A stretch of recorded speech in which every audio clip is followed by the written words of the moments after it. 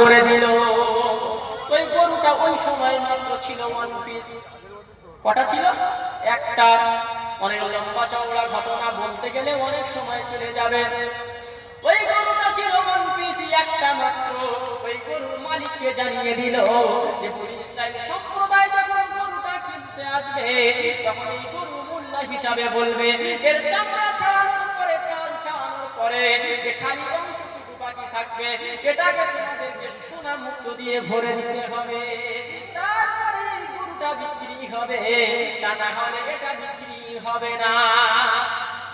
তা না হলে এটা বিক্রি হবে না। এইবার বনি ইসরাইল সম্প্রদায় যখন গরু খুঁজে খুঁজে পৌঁছে গেল, ওই গরুর মালিক বলছে, ছাল ছাড়াবার পরে, চামড়া ছাড়াবার পরে যে খালি জায়গাটুকু বাকি থাকবে, এটাকে স্বর্ণ দিয়ে ভরে দিতে হবে, তারপরে এটা বিক্রি হবে।